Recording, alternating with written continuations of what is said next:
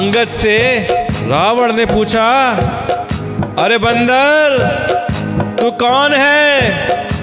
अंगद ने कहा, हे दशग्रीव, मैं श्री रघुवीर का दूत हूं। मेरे पिता की तुमसे मित्रता थी। पिता का नाम नहीं बताया, क्या बताया कि मेरे पिता से तुम्हारी मित्रता थी, इसलिए हे भाई मैं तुम्हारी भलाई के लिए आया हूं। बड़ा नम्र सा अंगद ने जवाब दिया। अंगद जी कहते हैं कि तुम्हारा कुल उत्तम है, पुलस्त्य ऋषि के तुम पौत्र हो। शिव जी और ब्रह्मा जी की तुमने बहुत प्रकार से पूजा की है, बड़ा तुमको आशीर्वाद मिला है शिव जी का, ब्रह्मा जी का। उनसे वर पाए हैं तुमने और सब काम सिद्ध किए हैं। लोकपालों और सब राजाओं को तुमने जीत लिया है। तो पहले अंगद ने रावण को रावण के बारे में ही बताया कि भैया मैं तुम्हें जानता हूं, तुम मेरे पिता के मित्र हो। अब सलाह देते हैं अंगद जी। क्या सलाह देते हैं? कि राज मद से, कि इस राज के नशे में या मोह के वश में आकर तुम जगत जननी सीता जी को हर के ले आए हो। सीता जी कौन है? जगत जननी है। अब तुम मेरे शुभ वचन सुनो, मैं तुम्हारे हित की बात कहता हूं। मेरी हित भरी सलाह सुनो, उसके अनुसार चलने से प्रभु श्री राम जी तुम्हारे सब अपराध माफ कर देंगे, तुम्हारे सारे अपराध क्षमा कर देंगे। अंगद जी कहते हैं कि दांतों में तिनका दबाओ, मतलब चुपचाप हो जाओ। दांतों में तिनका दबाने का मतलब चुप होके चलो, गले में कुल्हाड़ी डालो और कुटुंबियों सहित अपनी स्त्री को साथ लेकर आदर पूर्वक जानकी जी को आगे कर कर सब प्रकार से भय छोड़कर चलो। कोई भय मत मानो, मत डरो। अपने कुल की सारी स्त्रियों को ले लो और उनके आगे माता जानकी को ले लो और तुम चुपचाप हो जाना, तुम्हें चुपचाप चलना है, अपने दांतों में तिनका दबा लो। रावण ने कहा, अरे बंदर के बच्चे संभाल कर बोल, मूर्ख तू जानता नहीं है मुझे, मैं देवताओं का शत्रु हूं, तूने जाना नहीं। अरे भाई अपना और अपने बाप का नाम तो बता, मैं जानूं कौन है तेरा बाप, किस नाते से तेरे बाप की और मेरी मित्रता है, बता भाई अपने बाप को और अपना नाम बता। अंगद ने कहा, मेरा नाम अंगद है, मैं बाली का पुत्र हूं, उनसे कभी तुम्हारी भेंट हुई थी? अंगद का वचन सुनते ही रावण सकुचा गया। लगा रावण को अब तो मेरी पोल खुल गई, अरे तो बाली का पुत्र निकला।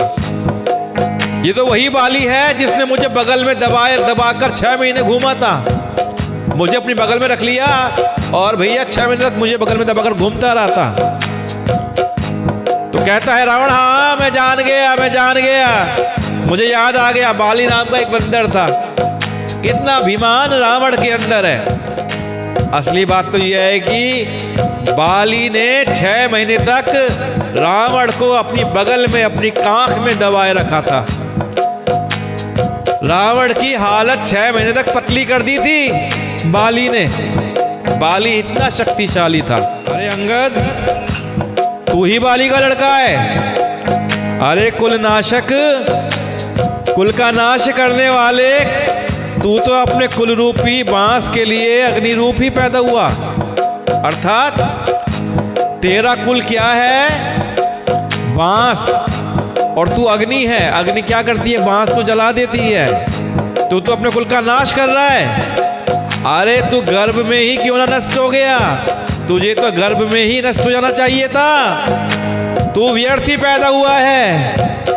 जो तू अपने मुंह से ही तपस्वी को दूत कहलाया, खुद ही शान से कह रहा है कि तू दूत है राम जी का। रावण कहता है, अब बाली की कुशल तो बता, बाली कैसा है? आजकल कहाँ है बाली? तब अंगद ने हंसकर कहा कि 10 दिन बीत जाने दे, यानी कुछ दिन बीत जाने दे, स्वयं ही बाली के पास जाकर अपने मित्र को हृदय से लगाकर उसी से कुशल पूछ लेना कि चले जाना बैकुंठ धाम में, वहां तुझको मेरे पिता बाली मिलेंगे, उन्हीं से ही वही कुशल पूछ लेना।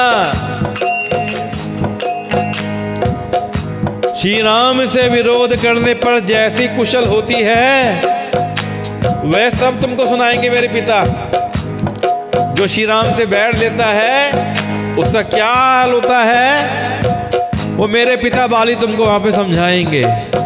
हे मूर्ख, सुन, भेद उसी के मन में पड़ सकता है जिसके हृदय में श्री रघुवीर ना हो। कि भेद की नीति सिर्फ उसी पर काम करती है जो रघुवीर का भक्त ना हो। तो मेरे अंदर भेद मत डाल, मेरे पिता की बातें करके मुझे कोई फर्क नहीं पड़ता। मैं श्री राम का दूत हूं और अपने राम का दूत हूं, उन्हीं की बातें करूंगा। सच है, क्या सच है?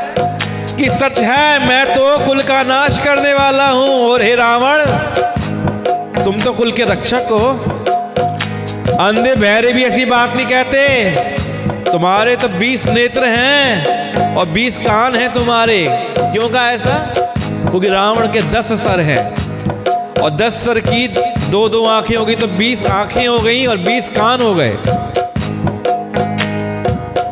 तो रावण को तंज कसते हुए कहता है अंगद कि तुम तो कुल के रक्षक हो, मरवा दिया अपने बेटे को। शिव, ब्रह्मा आदि देवता और मुनियों के समुदाय जिनके चरणों की सेवा करना चाहते हैं, उनका दूत होकर मैंने कुल को डुबो दिया। अरे ऐसी बुद्धि होने पर तुम्हारा हृदय फट क्यों नहीं जाता? ऐसी बात कह रहे हो कि शिव जी, ब्रह्मा जी जिनके चरणों की सेवा करना चाहते हैं, सभी देवता जिनके चरणों की सेवा करना चाहते हैं, मैंने उनका दूत होकर कुल को डुबो दिया। रावण तेरी बुद्धि खराब होगी तो तभी तू ऐसी बातें करता है। रावण की बुद्धि खराब हो गई है तभी ऐसी बातें करता है। वानर की कठोर वाणी। कौन है वानर? यहाँ पे अंगद जी हैं वानर। तो अंगद जी की कठोर वाणी सुनकर रावण आंखें तिरछी करके बोला। तिरछी आंखों से रावण बोलता है, अरे दुष्ट, मैं तेरे सब कठोर वचन इसलिए सह रहा हूं कि मैं नीति और धर्म को जानता हूं, उन्हीं की रक्षा कर रहा हूं। हाय हाय हाय, इस रावण को देखो, ये धर्म और नीति की बातें कर रहा है। तो क्या कहते हैं अंगद जी? तुम्हारी धर्मशीलता मैंने भी सुनी है, पता है मुझे कितने धर्मशील हो। कि तुमने पराई स्त्री को चोरी कर लिया, अकेले में माता सीता को उठा के ले आए, पराई स्त्री को उठा के ले आए, ये तुम्हारी धर्मशीलता है। और दूत की रक्षा की बात करते हो, अपनी आंखों से तुमने देखा है, तुमने दूत की रक्षा किस प्रकार करी है। हनुमान जी के साथ तुमने क्या करा था? ऐसे धर्म के व्रत को धारण करने वाले तुम डूबकर मर क्यों नहीं जाते? नाक कान से रहित बहन को देखकर तुमने धर्म विचार कर ही तो क्षमा कर दिया था। तुम्हारी धर्मशीलता जग जाहिर है। मैं भी तो बड़ा भाग्यवान हूं जो मैंने तुम्हारा दर्शन किया। मजाक उड़ा रहा है अंगद जी, मजाक उड़ा रहे हैं रावण का कि मैं दर्शन करके तुम्हारा धन्य हो गया हूं, बड़ा भाग्यवान हूं, तुम्हारे जैसा धर्मशील। आहा, तौबा तौबा तौबा।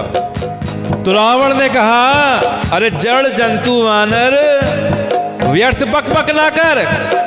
अरे मूर्ख, मेरी भुजाएं तो देख, ये सब लोकपालों के विशाल बलरूपी चंद्रमा को ग्रसने के लिए राहु के समान है। मेरी भुजाएं देख ले, मेरी भुजाएं खतरनाक हैं। इसके जितने भी लोकपाल हैं, इनके बल को मैं ग्रस लेता हूं, हर लेता हूं। और फिर तूने तो सुना ही होगा कि आकाश रूपी तालाब में मेरी भुजाओं रूपी कमलों पर बसकर शिव जी सहित कैलाश हंस के समान शोभा को प्राप्त हुआ था। एक बार रावण ने कैलाश पर्वत को उठा लिया था। तो उसी की डींगे यहाँ पे रावण मार रहा है। अरे अंगद, सुन, तेरी सेना में बता, ऐसा कौन योद्धा है जो मुझसे भिड़ सकेगा? तेरा मालिक तो स्त्री के वियोग में बलहीन हो रहा है और उसका छोटा भाई उसी के दुख से दुखी हो रहा है। ये तेरा मालिक है ना, वो तो अपनी पत्नी के वियोग में क्या करेगा वो? बता, तेरी सेना में है कोई ऐसा जो मुझसे लड़ सके? तुम और सुग्रीव दोनों नदी तट के वृक्ष हो, और हाँ, मेरा छोटा भाई विभीषण, वो तो बड़ा डरपोक है। मेरा छोटा भाई विभीषण तो डरपोक है, और तुम और सुग्रीव तो वृक्ष के समान हो। और जो मंत्री है तुम्हारा जामवंत, वो बहुत बूढ़ा है। अब इस लड़ाई में क्या चढ़ सकता है? कौन आएगा? है कोई तुम्हारी सेना में जो मुझसे लड़ाई करेगा? नल नील तो शिल्प कर्म जानते हैं, उन्हें क्या आता लड़ना? वो क्या लड़ेंगे नल नील? हाँ, एक वानर जरूर बलवान है जो पहले आया था, जिसने लंका जलाई थी। यह वचन सुनते ही बालीपुत्र अंगद ने कहा, हे राक्षस राज, सच्ची बात कहो, क्या उस वानर ने सचमुच तुम्हारा नगर जला दिया? रावण जैसे जगत विजयी योद्धा का नगर एक छोटे से वानर ने जला दिया। ऐसे वचन सुनकर उन्हें सत्य कौन कहेगा? कोई मानेगा इस बात को? जिस रावण ने पूरा जगत जीत लिया, उसकी लंका को एक छोटे से वानर ने जला दिया।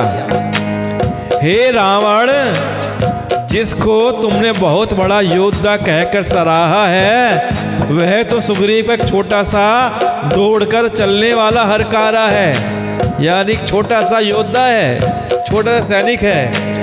वह बहुत चलता है, वीर नहीं है। उसको तो हमने केवल खबर लेने के लिए भेजा था। जो वानर आया था ना, जिसका नाम हनुमान है, वो तो खबर लेने के लिए आया था। उसको तुम बहुत बड़ा योद्धा बोलते हो। अगर वो बड़ा योद्धा है तो असली योद्धा आ जाएंगे, तो रावण क्या हो जाएगा?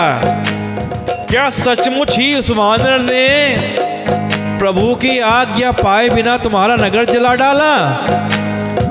मालूम होता है इसी डर से वह लौटकर सुग्रीव के पास नहीं गया और कहीं छिप रहा हो गया।